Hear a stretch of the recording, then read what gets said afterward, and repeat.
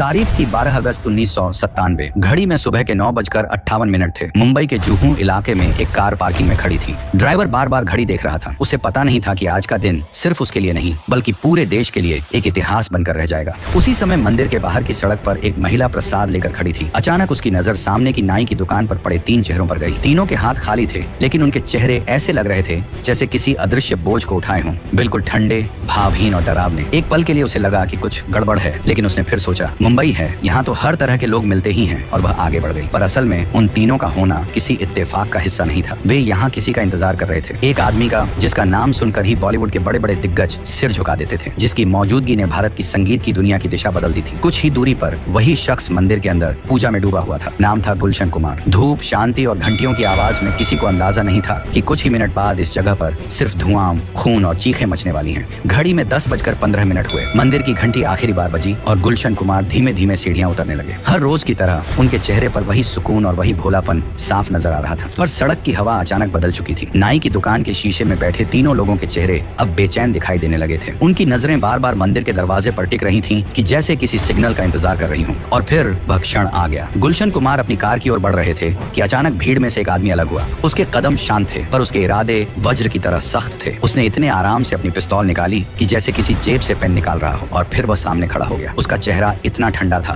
कि जैसे उसकी रगों में खून नहीं बल्कि बर्फ बह रही हो। उसने पिस्तौल गुलशन कुमार की कनपट्टी पर रखी और फुसफुसाया, बहुत पूजा कर ली, अब ऊपर जाकर करना। ये वाक्य सुनते ही हवा जैसे जम गई। आसपास के लोग एक पल के लिए समझ ही नहीं पाए कि यह सपना है या मौत का ऐलान। और अगले ही पल तड़ तड़ तड़ तड़ गोलियों के शोर ने शांत सुबह को चीर कर फाड़ दिया। तीनों शूटरों ने मिलकर 16 गोलियां दाग दी। हर गोली के साथ एक सपना टूटता गया। हर आवाज ने एक इतिहास को खत्म कर दिया। कुछ सेकंड में सड़क रक्त रंजित हो गई। लोग चीखते चिल्लाते भागने लगे। किसी माँ की चूड़ी टूट रही थी, किसी बच्चे का रोना हवा में कांप रहा था, और जमीन पर पड़े थे भारत के सबसे बड़े संगीत साम्राज्य के निर्माता। पूरी इंडस्ट्री में शौक की लहर दौड़ गई। हर कोई बस यही पूछ रहा था, क्यों, आखिर क्यों? पर यह कहानी यहाँ खत्म नहीं होती। मुंबई की इस सनसनीखेज सुबह से 46 साल पहले दिल्ली की एक संकरी गली में एक लड़का अपने पिता की जूस की दुकान पर बैठा था। उसके कपड़े साधारण थे, जेब में पैसे नहीं थे, पर आंखों में एक सपना था कि कुछ बनना है, बड़ा बनना है। उस लड़के का नाम गुलशन था। जीवन ने उसे कभी आराम नहीं दिया। गरीबी, जिम्मेदारी और संघर्ष उसके रोजमर्रा का हिस्सा थे, पर उसने हार नहीं मानी। उसे पता था कि मेहनत ही असली दौलत है। 23 साल की उम्र में उसने एक छोटी सी कैसेट शॉप खोली। दुकान छोटी थी, धूल भरी थी, पर उसके सपने आसमान से भी बड़े थे। वह दूसरों के गाने बेचा करता था, लेकिन उसकी नजर उस भीड़ पर थी जो संगीत के लिए पैसे खर्च करती थी।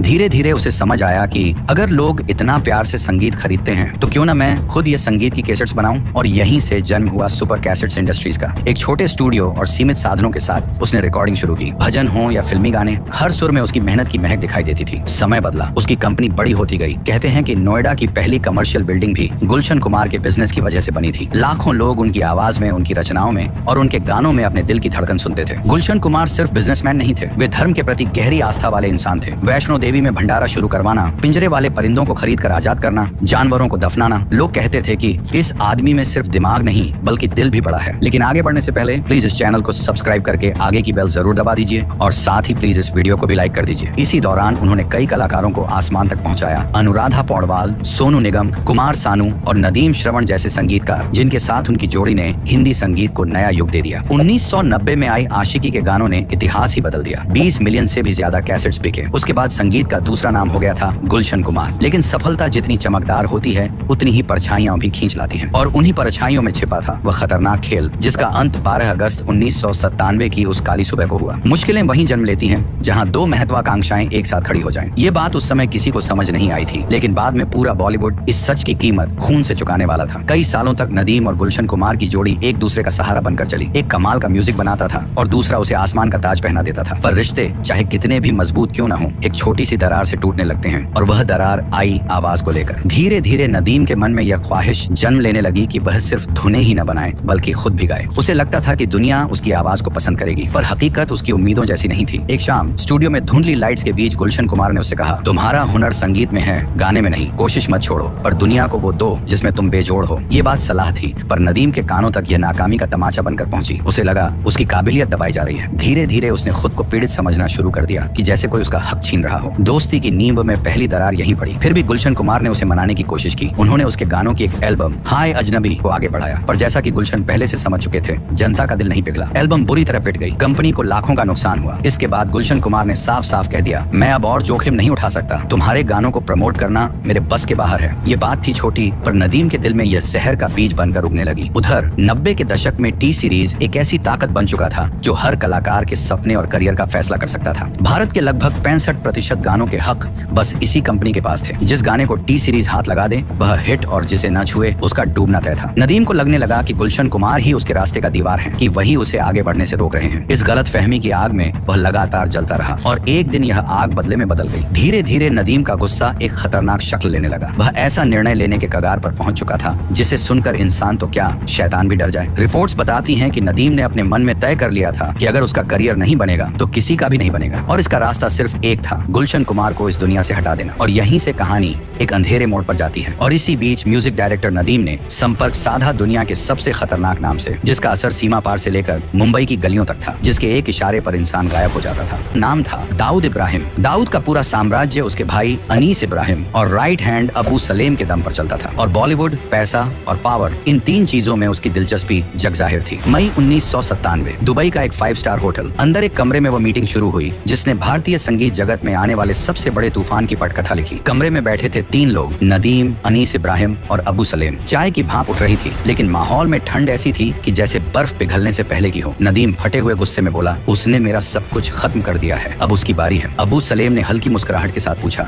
मतलब रास्ता साफ कर दूं? नदीम ने बस सिर हिलाया। सलेम के लिए यह कोई बड़ा फैसला नहीं था। उसने यह सौदा यूं ही झटके में पकड़ लिया। कुछ ही मिनट में 25 लाख रुपए टोकन मनी के तौर पर तय हो गए। सलेम को इस डील में न पैसा दिख रहा था न काम, उसे दिख रहा था सिर्फ डर का नया ब्रांड। सलेम ने देश के सबसे बड़े संगीतकार को मार गिराया। इससे उसकी हैसियत अंडरवर्ल्ड में कई पायदान ऊपर चली जाती। तुरंत एक टीम खड़ी की गई। गुलशन कुमार की पूरी दिनचर्या निकाली गई। किस समय उठते हैं, कब घर से निकलते हैं, किस मंदिर में जाते हैं, किस रास्ते से आते हैं, यहाँ तक कि कौन सा वक्त उनका सबसे कमजोर होता है। ये खुफिया जानकारी कहाँ से आई? इसका जवाब मिलता है my name is Abu Salem किताब से, जिसे लिखा है भारत के सबसे बेहतरीन क्राइम रिपोर्टर्स में से एक एस हुसैन जैदी ने। अबू सलेम की जुनून की हालत ऐसी थी कि वह गुलशन कुमार की सांसों की भी खबर रखने लगा था। वह उनका पीछा नहीं कर रहा था, उनकी जिंदगी के हर सेकंड को नाप रहा था। 5 अगस्त 1997 पहली धमकी भरी कॉल आई। अबू सलेम ने कहा, 10 खोखा चाहिए, 10 करोड़, नहीं दोगे तो अंजाम पता है, और साथ ही ताना भी मारा। नदीम के गानों से क्या दुश्मनी है तुम्हारी? आमतौर पर ऐसे कॉल सीधे पुलिस तक जाते हैं, लेकिन यह मामला आम नहीं था। ये तूफान था जिसके पीछे कई परतें थीं, कई चेहरे थे और कई खामोश हथियार थे। गुलशन कुमार को पहली धमकी मिलने के बाद उनके भाई किशन कुमार बेहद परेशान थे। रात भर बेचैनी उन्हें सोने नहीं देती थी। उन्होंने बार बार समझाया, भाई ये खेल छोटा नहीं है, पुलिस से मत छिपाओ, यह जानलेवा हो सकता है। लेकिन गुलशन कुमार का स्वभाव ही अलग था। वह किसी से डर कर झुकने वालों में से नहीं थे, और शायद यही उनके अंदर की सबसे बड़ी ताकत थी और सबसे बड़ी कमजोरी भी। उन्होंने धमकी वाली कॉल के बारे में परिवार को तो बताया, पर पुलिस को कुछ भी नहीं बताया। उनके लिए भगवान का भंडारा करवाना किसी गैंगस्टर को पैसे देने से ज्यादा जरूरी था। यही बात अबू सलेम के अहंकार पर हथौड़े की तरह पड़ी।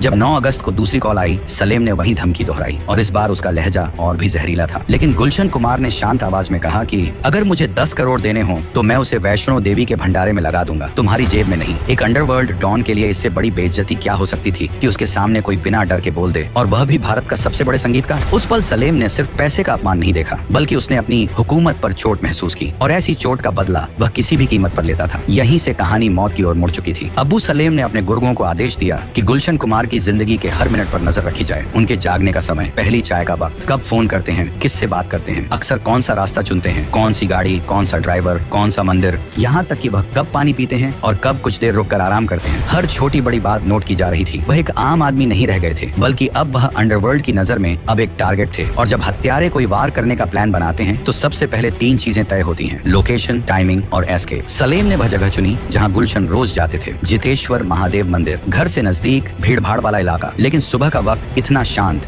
कि वार करने का मौका साफ दिखे। और अब आते हैं उस दिन पर जिसने भारतीय संगीत की धड़कन रोक दी। तारीख थी 12 अगस्त 1997, मंगलवार की सुबह। मुंबई की हवा में नमी थी, लेकिन गुलशन कुमार हमेशा की तरह शांत मन से तैयार हो रहे थे। सफेद कुर्ता, सफेद चप्पल, जैसे रोज पहनते थे पूजा के वक्त। ड्राइवर रूपलाल सरोज ने गाड़ी स्टार्ट की। मरून कलर की वह कार भी जैसे रोज की ही यात्रा जानती थी। घर से मंदिर और मंदिर से रिकॉर्डिंग स्टूडियो। ठीक 10 बजे गाड़ी मंदिर के बाहर रुक गई। रूपलाल ने रोज की तरह मंदिर से कुछ दूरी पर धूप छाया अपार्टमेंट के सामने कार पार्क की। सब कुछ बिल्कुल रूटीन जैसा था, बस हवा में हल्की सी बेचैनी थी जिसे कोई समझ नहीं पाया। उधर सड़क पार एक नाई की दुकान में 3 लोग बैठे थे, अब्दुल रऊफ उर्फ दाऊद मर्चेंट, अब्दुल राशिद और अनिल शर्मा। तीनों सलेम के चुने हुए शूटर थे। 3 इंसान, 3 बंदूकें और उनका एक ही मकसद। वे कई दिनों से इसी पल का इंतजार कर रहे थे, मंदिर जाने का वो वक्त जब उनकी निगाहों का टारगेट उनके निशाने पर आया था। गुलशन कुमार 15 मिनट पूजा में बिताकर बाहर लौटे। ड्राइवर रूपलाल ने मुस्कुराकर उनकी पूजा की थाली थाम ली, लेकिन किसे पता था कि यह मुस्कान उनकी जिंदगी का आखिरी शांत पल थी। जैसे ही गुलशन कुमार कार की ओर बढ़े, अब्दुल रऊफ अचानक पीछे से निकला। उसने बिना हड़बड़ाहट, बिना भाव, एकदम ठंडे चेहरे के साथ पिस्तौल गुलशन कुमार की कनपट्टी पर रख दी और फिर कुख्यात लाइन जो आज भी लोगों को डराती है, बहुत कर ली पूजा, अब मरने के बाद करना। गुलशन कुमार कुछ समझ पाते उससे पहले पहली गोली चली जो उनके कान के पास से निकल गई। घबराकर उन्होंने जान बचाने के लिए भागना शुरू किया। सड़क पर दौड़ते हुए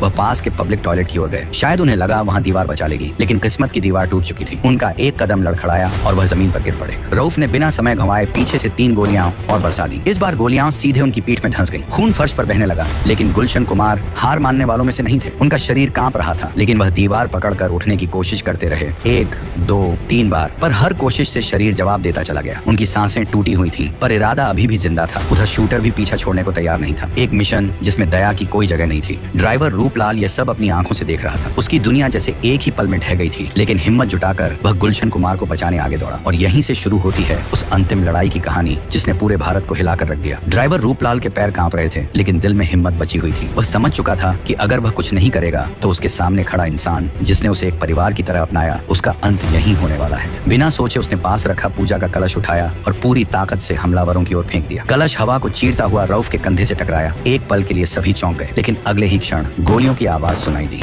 रऊफ ने मुड़कर सीधे रूपलाल के पैरों पर गोलियां बरसा दी। दोनों पैरों में लगी गोलियों ने उसे वहीं गिरा दिया। उसका शरीर तड़प रहा था, पर उसकी आंखों में सिर्फ एक इच्छा थी, मेरे मालिक को बचाओ। लेकिन अब हालात इंसानों के हाथों से निकलकर अंधेरे के कब्जे में जा चुके थे। और उधर सबसे दिल चीरने वाला दृश्य सामने आया। 3 गोलियों से घायल होने के बावजूद गुलशन कुमार ने अपनी बची हुई आखिरी ताकत समेटी। वह जमीन से घिसटते हुए पास के मकानों की ओर बढ़े, हाथ जोड़कर कांपती आवाज में बार बार चिल्लाए, कोई दरवाजा खोल दो, मदद करो, मुझे बचाओ। उनकी आवाज हवा में गूंज रही थी, लेकिन खौफ ने हर खिड़की, हर गेट पर ताला जड़ दिया। लोग झरोखों से झांक तो रहे थे, पर बाहर निकलने की हिम्मत किसी में नहीं थी। किसी ने अपने बच्चों से कहा, अंडरवर्ल्ड है, बाहर मत जाना, और दरवाजा बंद कर लिया। कल्पना करो, ऊपर दीवारों पर देवी माँ की तस्वीरें, मंदिर की घंटियों की कंपन, और ठीक सामने उसी इंसान की जान जा रही है जिसने मंदिर को अपने हाथों से नया रूप दिलाया था। जैसे भगवान की छत्र छाया के नीचे किस्मत ने एक काला अध्याय लिखने का फैसला कर लिया हो। इसी बीच अब्दुल रऊफ, राशिद और अनिल शर्मा हथियारों के साथ आगे बढ़े, और फिर शुरू हुई गोलियों की बारिश। इतनी बेरहमी, इतना शोर कि आसपास का हर पेड़, हर खिड़की, हर दीवार जैसे डर से कांप उठी हो। 12 गोलियां, 12 धमाके, और हर धमाका मौत की घंटी जैसा। लोगों की चीखें, भागते कदम, सायरन जैसा शोर, सारा इलाका कुछ पलों में ही एक युद्ध भूमि में बदल चुका था। पर सबसे डरावनी बात यह नहीं थी। सबसे डरावनी बात तो यह थी कि अब्बू सलेम उन चीखों को लाइव सुन रहा था। हाँ, फोन लाइन के दूसरी तरफ वह हर गोली, हर चीख, हर गिरती सांस सुन रहा था, जैसे किसी खेल की कमेंट्री चल रही हो। जब सब खत्म हो गया तो अब्दुल रऊफ ने सड़क पर खड़ी एक टैक्सी देखी। उसने टैक्सी ड्राइवर को बालों से पकड़ा, घसीटकर बाहर फेंक दिया और खुद स्टीयरिंग पर बैठ गया। बाकी दोनों शूटर भी कूदकर अंदर घुस गए। टैक्सी चीखती हुई आवाज के साथ वर्सोवा लिंक रोड की ओर भाग निकली। मौत का खेल खत्म हो चुका था और अब यह लोग मुंबई की भीड़ में गायब हो रहे थे। लेकिन उस नरक जैसे माहौल में मानवता की चिंगारी अभी बाकी थी। सिर्फ 2 लोग हिम्मत जुटा पाए, मंदिर के पुजारी रामचंद्र लवांगे और राजेश जौहरी। जब बाकी लोग खिड़कियों के पीछे छिपे थे तो ये दोनों आगे बढ़े, डरते हुए, लेकिन मन में यह भावना लिए कि इस आदमी को नहीं मरने देंगे। उन्होंने खून से लथपथ गुलशन कुमार को उठाया, गंभीर रूप से घायल ड्राइवर को भी कार में डाला और तेजी से कूपर हॉस्पिटल की ओर दौड़ पड़े। कार के अंदर रुदन, दर्द, टूटती सांसें और बाहर सड़कों पर कोलाहल।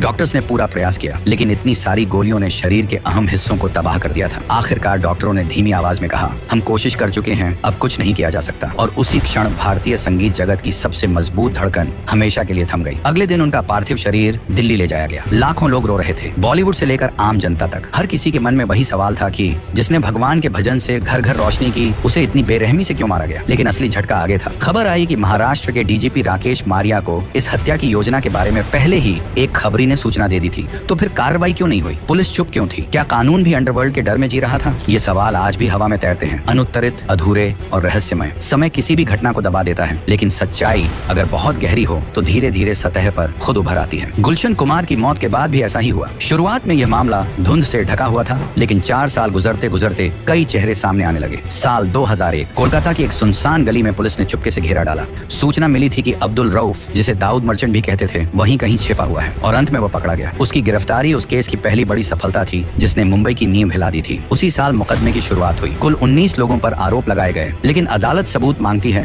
कहानियां नहीं। साक्ष्यों की कमी की वजह से एक एक कर नाम कटते गए, गवाह मुकरते गए, रिपोर्ट्स उलझती गईं और अंत में सिर्फ अब्दुल रऊफ को उम्र कैद मिली। बाकी लगभग सभी आरोपी बरी कर दिए गए। यह फैसला जितना कानूनी था उतना ही दर्दनाक भी, क्योंकि जनता जानना चाहती थी इतनी बड़ी साजिश में सिर्फ एक ही शख्स कैसे दोषी हो सकता है। उधर हत्या के तुरंत बाद सबकी निगाहें एक और शख्स पर भी थी, नदीम सैफी। हमले के कुछ ही दिनों बाद वह भारत छोड़कर सीधे लंदन पहुंच गया और आज तक वापस नहीं लौटा। कई रिपोर्ट्स ने दावा किया कि केस में शामिल 19 नामों में एक नाम टिप्स इंडस्ट्रीज के मालिक रमेश तौरानी का भी था। कहा गया कि संगीत की दुनिया पर राज पाने के लिए उन्होंने यह सुपारी दिलाई थी, लेकिन अदालत में यह बात कभी साबित नहीं हो सकी। सबूत नदारद, बयान उलझे हुए और मामला वहीं खत्म। कुछ लोग तो एक अलग ही थ्योरी पर अटक गए। वे कहते रहे कि गुलशन कुमार को इसलिए निशाना बनाया गया क्योंकि वह खुलेआम हिंदू संस्कृति को बढ़ावा देते थे, भजनों को देश भर में लोकप्रिय बनाते थे और धार्मिक आस्था को अपने मिशन का हिस्सा मानते थे। पर इस दावे का भी कोई पुख्ता प्रमाण कभी नहीं मिला। कहानी जितनी खुलती जा रही थी उतनी ही उलझती भी जा रही थी। लेकिन इस पूरे खेल का सिलसिला आखिरकार बंद होने लगा जब इस कथा का सबसे बड़ा किरदार अब्बू सलेम विदेश में गिरफ्तार हुआ। पुर्तगाल की जेल के लोहे के दरवाजे उसके पीछे बंद हुए